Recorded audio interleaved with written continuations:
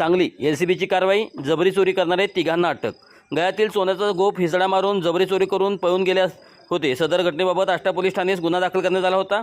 माननीय पोलीस अधीक्षक संदीप घुगे, माननीय अप्पर पोलीस अधीक्षक कल्पना बारावकर, स्थानिक गुन्हे अन्वेषण शाखेस मालमत्तेविरुद्धचे गुन्हे करणारे इस्माची माहिती काढून त्याच्यावर कारवाई करून सदरचा गुन्हा उघडकीस आणण्याचे आदेश दिले होते।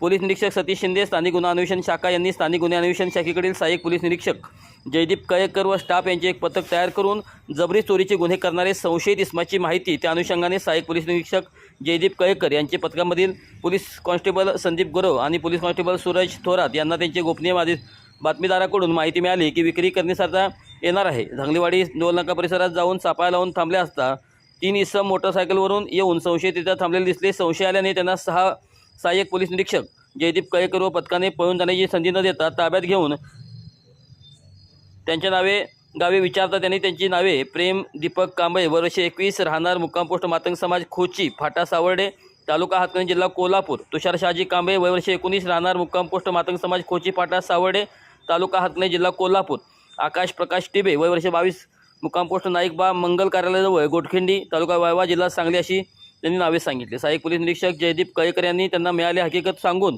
अंगझडतीचा उद्देश कळवून पंचासमक्ष अंगझडती घेतली असता प्रेम दीपक कांबळे याचे पॅन्टच्या उजव्या खिशात सोन्याचा गोप मिळून आला।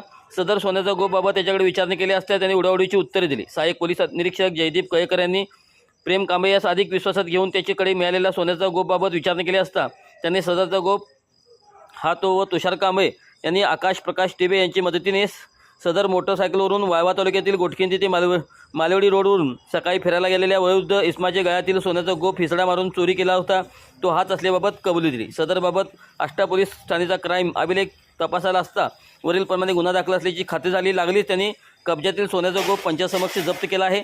सदरचे 3ही आरोपी व जप्त मुद्देमाल पुढील तपास कामी आष्टा पोलीस ठाण्याकडे वर्ग करण्यात आला असून पुढील तपास आष्टा पोलीस ठाणे करीत आहेत।